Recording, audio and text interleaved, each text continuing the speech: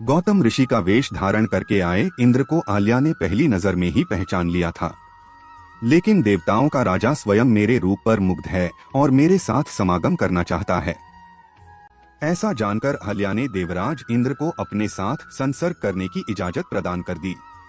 तो इस कहानी को पूरा अवश्य सुनिएगा और उसके बाद ही अपनी कोई राय कायम कीजिएगा।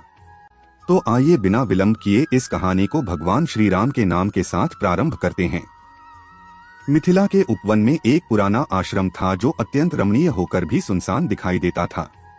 उसे देखकर श्री रामचंद्र जी ने मुनिवर विश्वामित्र जी से पूछा, भगवान, यह कैसा स्थान है जो देखने में तो आश्रम जैसा है, किंतु एक भी मुनि यहाँ दृष्टिगोचर नहीं होते हैं। मैं यह सुनना चाहता हूँ कि पहले यह आश्रम किसका था। श्री रामचंद्र जी का यह प्रश्न सुनकर प्रवचन कुशल महातेजस्वी महामुनि विश्वामित्र ने इस प्रकार उत्तर दिया, रघुनंदन, पूर्व काल में यह जिस महात्मा का आश्रम था और जिन्होंने क्रोध पूर्वक इसे शाप दे दिया था, उनका तथा उनके इस आश्रम का सब वृतांत तुमसे कहता हूँ। नरेश श्रेष्ठ, पूर्व काल में यह स्थान महात्मा गौतम का आश्रम था। उस समय यह आश्रम बड़ा ही दिव्य जान पड़ता था। देवता भी इसकी पूजा एवं प्रशंसा किया करते थे। पूर्व काल में महर्षि गौतम अपनी पत्नी अहल्या के साथ यहाँ रहकर तपस्या करते थे। उन्होंने बहुत वर्षों तक यहाँ तप किया।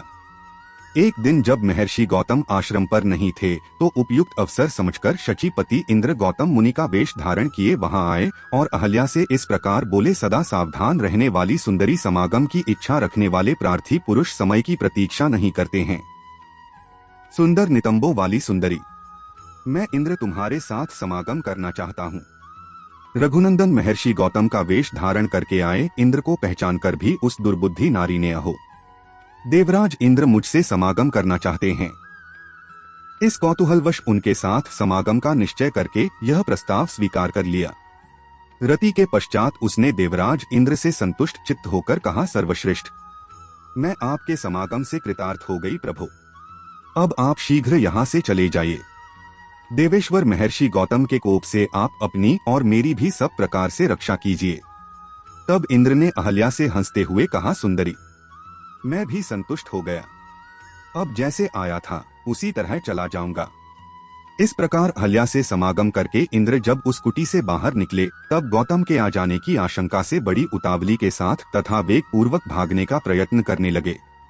इतने में ही उन्होंने देखा कि देवताओं और दानवों के लिए भी दुर्धर्ष तपोबल संपन्न महामुनि गौतम हाथ में समिधा लिए आश्रम में प्रवेश कर रहे हैं।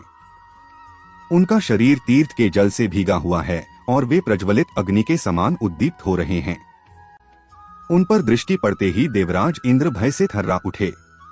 उनके मुख पर विषाद छा गया।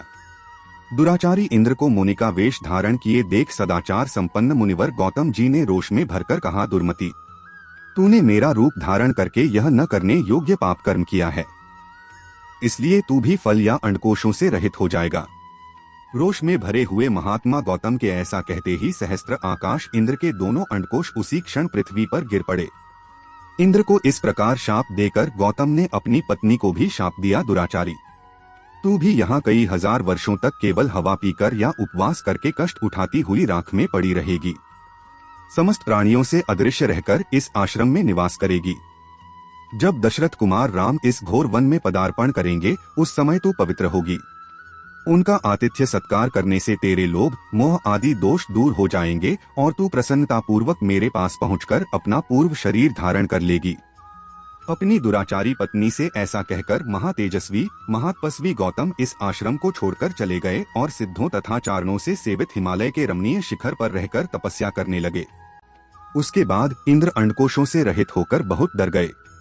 उनके नेत्रों में त्रास छा गया। वे अग्नि आदि देवताओं, सिद्धों, गंधर्वों और चारणों से इस प्रकार बोले, देवताओं, महात्मा गौतम की तपस्या में विघ्न डालने के लिए मैंने उन्हें क्रोध दिलाया है।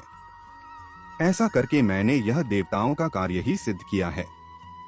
मुनि ने क्रोध पूर्वक बाहर शाप देकर मुझे अंडकोश से रहित कर दिया और अपनी पत्नी का भी परित्याग कर दिया। इससे मेरे द्वारा उनकी तपस्या का अपहरण हुआ है। यदि मैं उनकी तपस्या में विघ्न नहीं डालता तो वे देवताओं का राज्य ही छीन लेते। अतः ऐसा करके मैंने देवताओं का ही कार्य सिद्ध किया है। इसलिए श्रेष्ठ देवताओं, तुम सब लोग ऋषि समुदाय और चारण गण मिलकर मुझे अंडकोश से युक्त करने का प्रयत्न करो। इंद्र का यह वचन सुनकर मरुत गणों सहित अग्नि आदि समस्त देवता, काव्य, वाहन आदि पितृ देवताओं के पास जाकर बोले, पितृगण, यह आपका भेड़ा अंडकोश से युक्त है और इंद्र अंडकोश रहित कर दिए गए हैं। आथ इसे भगए हैं।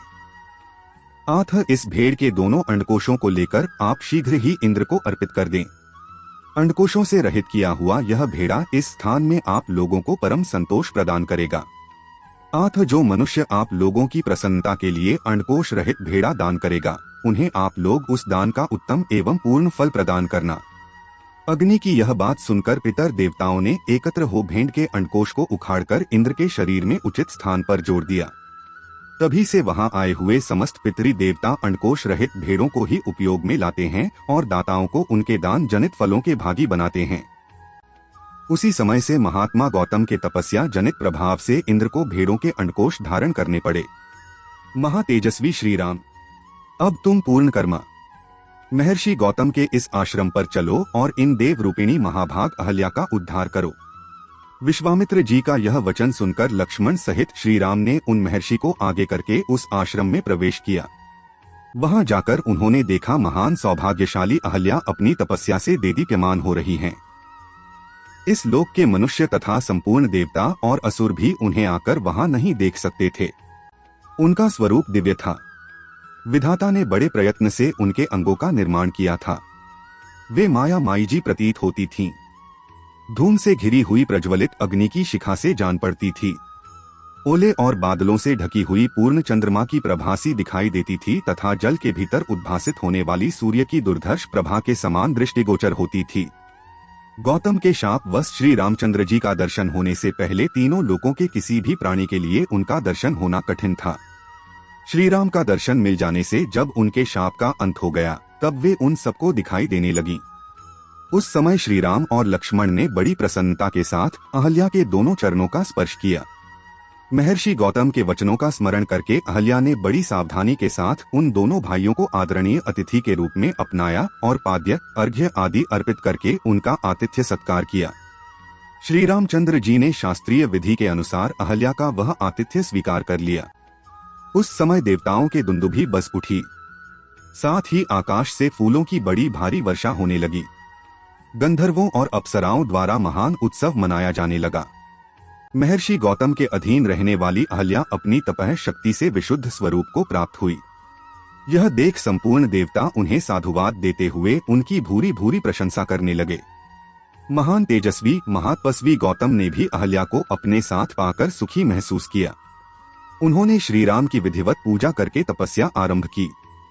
महामुनि गौतम की ओर से विधिपूर्वक उत्तम पूजा आदर सत्कार पाकर श्री राम भी मुनिवर विश्वामित्र जी के साथ मिथिलापुरी को चले गए। यहाँ पर एक बात ध्यान देने वाली है कि मूल रामायण से लिए गए इस पाठ में श्री रामचंद्र जी ने अपने पैरों से माता अहल्या का स्पर्श नहीं किया था, बल्कि श्री रामचंद्र जी और लक्ष्मण भैया ने तो खुद जाकर माता अहिल्या के चरण स्पर्श किए थे और माता अहिल्या के शाप मुक्ति उनके तपह शक्ति के कारण हुई थी। और माता अहिल्या को श्री राम जी द्वारा अपना लिया जाना यह बताता है कि गौतम ऋषि कहीं न कहीं अपनी पत्नी को शाप देते समय गलत थे, क्योंकि जिसे प्रभु श्री राम अपना ले वह अपने जीवन में कभी भी गलत नहीं हो सकता है। आज की कथा यहीं पर समाप्त होती है। उम्मीद है कि आपको यह पसंद आई होगी। कैसी लगी यह कहानी कमेंट बॉक्स में जरूर बताइएगा। मिलते हैं अगले वीडियो में अगली प्रस्तुति के साथ। तब तक के लिए नमस्कार।